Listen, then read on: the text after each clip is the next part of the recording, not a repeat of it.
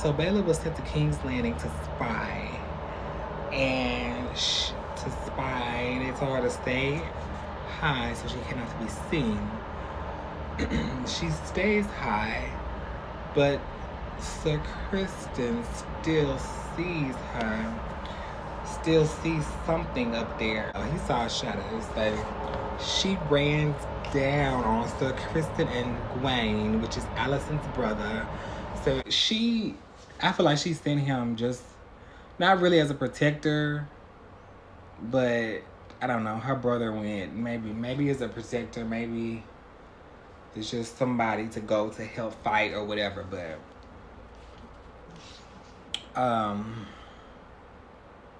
she ran down on them on Moon Dancer, honey. Bayla, she ran down. She was trying to see who it was, cause she was so far. They knew me.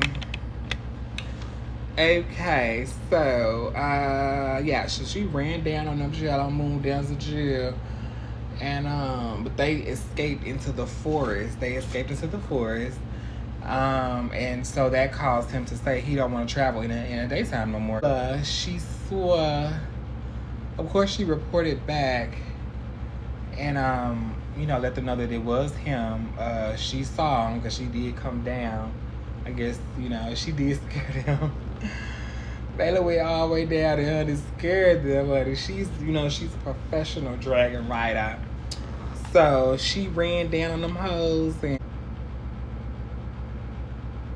yeah. And so it just seems like the council, they're trying to tell Rhaenyra what to do. They don't want her to be there while the war's going on. I guess so they can take over and make the decisions while she's not there. They want her to go. But and they're telling her to go ahead and kill Sir Kristen, but you can tell that she just doesn't want to. That she doesn't really want to do it. Given their history, she probably still loves Sir Kristen.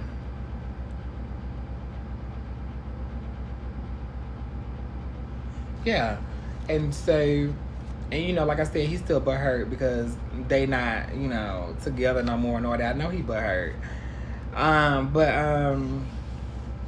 What was I going to say? So Rhaenyra ends up dressing up as a nun to go into the palace. Well, she went to King's Landing to try to talk to Alicent because she wants to try to prevent the war and all that. But Alicent at this point, girl, they've already paraded the baby out to make it seem like Rhaenyra did it. Killed the child or had someone to go kill the child. So it's at this point, I mean, really, what can you undo?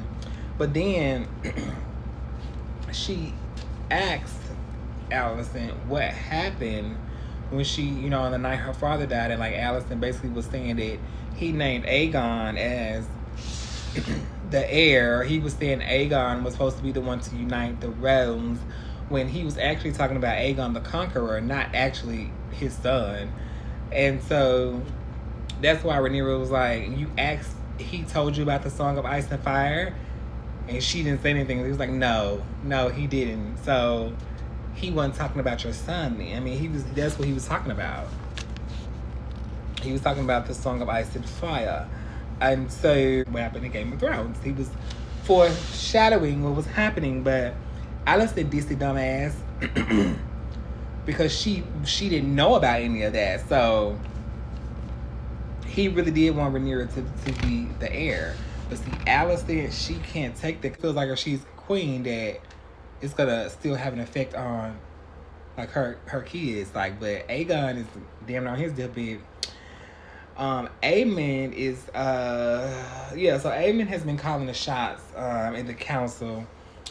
And Aegon is basically y'all making all these decisions and ain't nobody contacted me. I'm the king. So, but they was right when they said that, Alicent and Aemon was, One Eye Aemon was trying to, take over and call the shots while he was gone. Aegon was supposed to be gone with Sir Kristen, trying to go and take over castles and, just giving start the war, but like he ended up staying, so he got a chance to see what was going on. Yeah, and so Allison, she's had the abortion tea. She's been drinking the abortion concoction, so she won't have a baby. And so she got pregnant by Kristen, honey.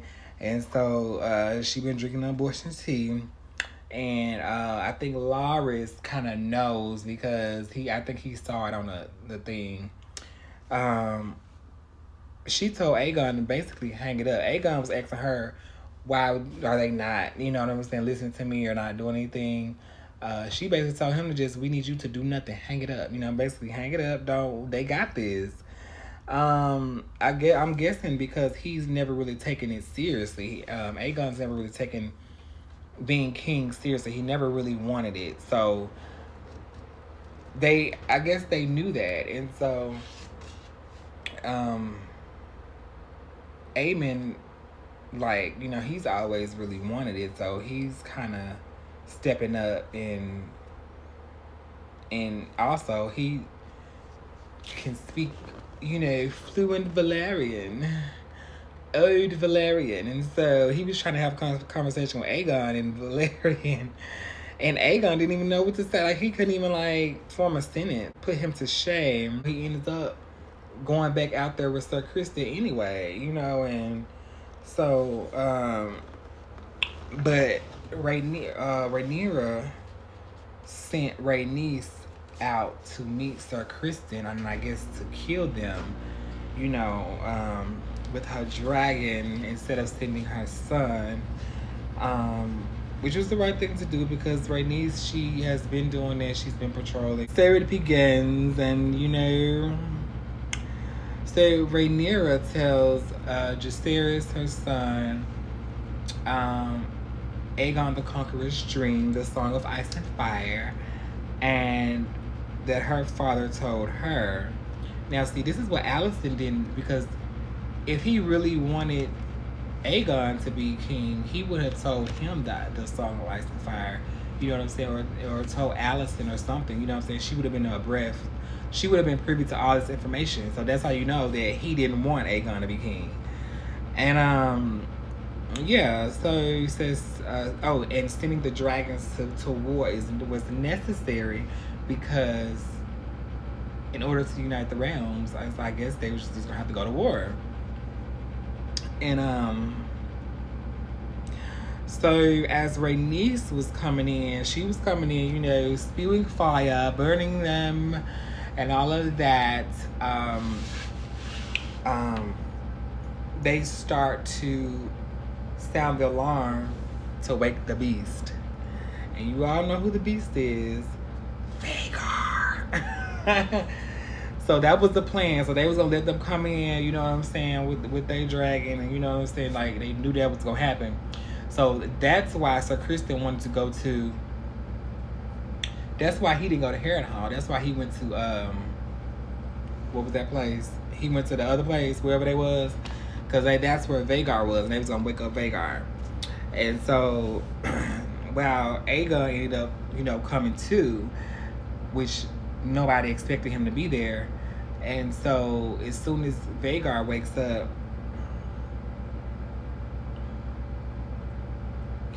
Vhagar wakes up, she comes up, and he just, Aemon just fires at, they was kind of connected, so he fired at Aegon, like basically trying to kill his brother, like he wanted to be king.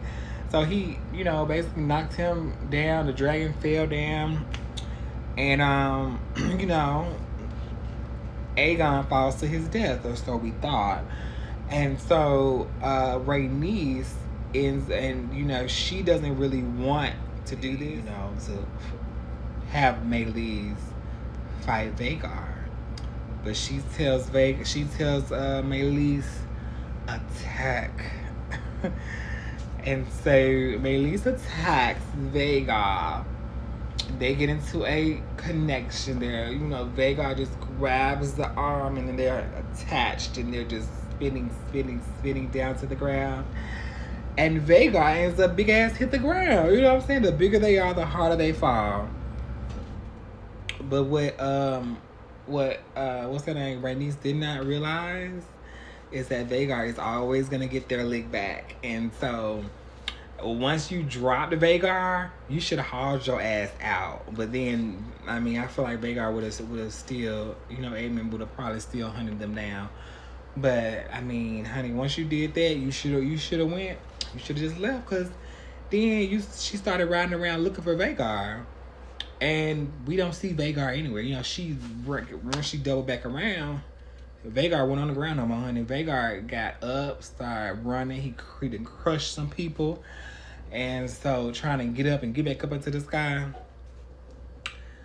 And Trill, when I tell you he was in the sky, by the time Meleys and Rhaenys came back around, they didn't see Vhagar. And so you knew, I guess nobody has ever really seen, I guess they ain't really seen Vhagar, what I'm saying, hunting or like in action. Because Vhagar is very sneaky.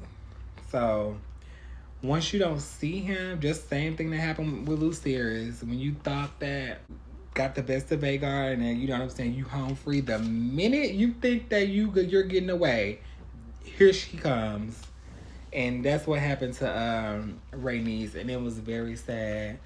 Soon as she flew past that castle and thought she was gonna be home free, and sighed and exhaled, Vhagar came right out of nowhere. Like, Meleys didn't even sense where Vhagar was. Vhagar just came out and clamped down on that neck.